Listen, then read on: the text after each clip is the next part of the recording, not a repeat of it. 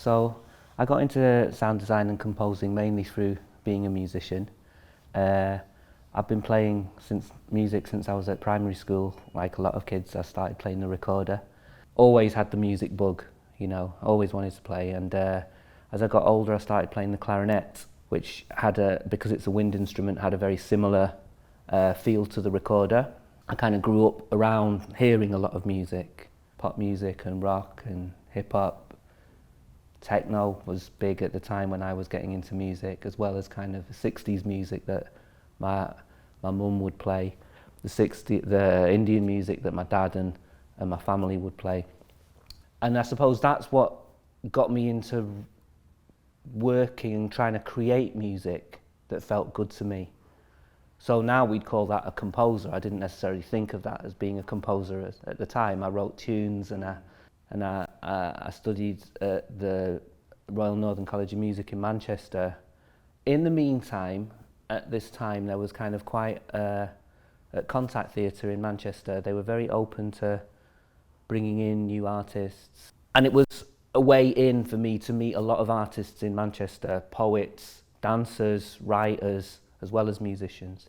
And I was seen there by a lady called Sharon Raymond, who at the time was worked at what was then called the Zion Centre, later known as Z Arts, and also John McGrath, who was then the artistic director of Contact Theatre, and both of them kind of were really supportive of me and ended up giving me gigs to do.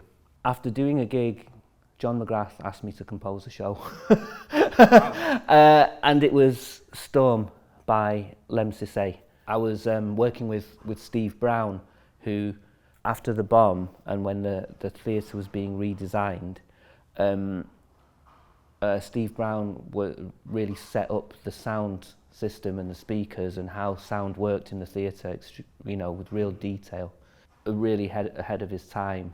So I would compose the music and give him the score, the files and the audio files and what have you, and he'd sort of start creating it and showing me where all the different places in the theatre where you could play sound from. And the beautiful thing about the Royal Exchange Theatre is, given that it's in the round, you already have a natural surround sound thing, which makes you really feel like you're in the world.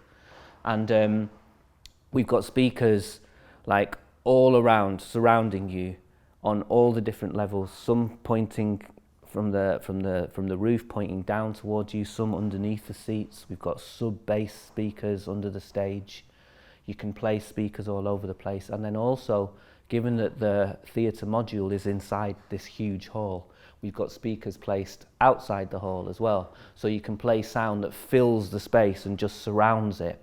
What's beautiful is how you then start to think about, for me, music, which was my starting point, how that becomes sound, and then how equally the sound that you make, the sound, for example, that we've got in Great Expectations of the river, or the sound of the crickets at night, or the sound of the bird song, or the sound of a cell door closing, you know, all the different things that those things can mean based on how you process that sound, how you use that sound. So it could be natural in terms of trying to create a natural world like we're doing in rural Bengal.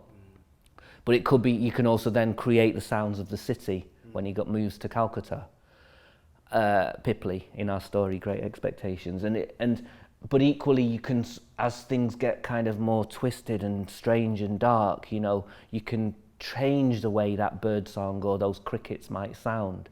That kind of, the aim is to make, say, the hair stand up on the back of your neck. All those different things you can do with sound, just in terms of how quiet or loud you place it, where you place it. Sometimes I like the idea of making it all subconscious and that kind of thing.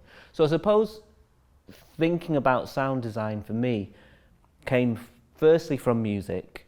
Often when I was then later having to make the music as well as the sound, because I was quite spoilt at the Royal Exchange because I had brilliant sound designers just kind of doing everything for me. Not for me, but like doing everything that was needed for the show. And but also making my music sound quite nice in the space. It was a process of many years for me to start enjoying that side of things and to start thinking about what you can do with it. So this is an instrument, the harmonium, that I use a bit in the show.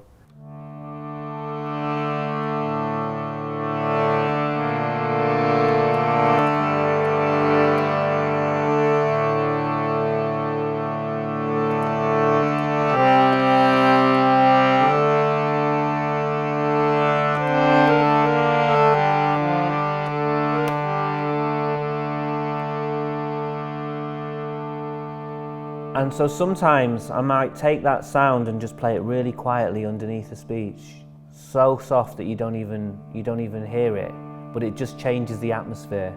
Sometimes in a scene change, it might be used more prominently, playing a melody like this.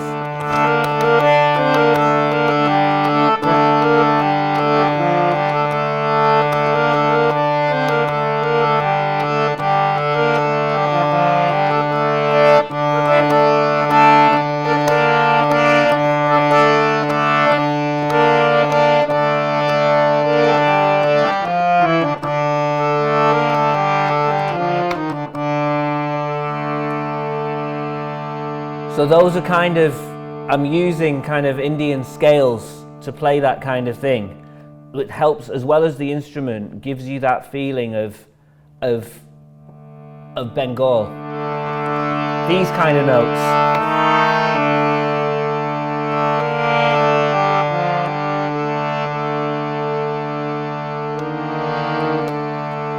And so the beautiful thing about this instrument is the way that it plays melodies as well as sustained long notes. So this is the clarinet that I use in a few moments to express how Pipli is feeling. And this is, I would describe this as my main instrument. This is as a performing musician, this is the instrument that I play. I've been playing it for a long time, for most of my life.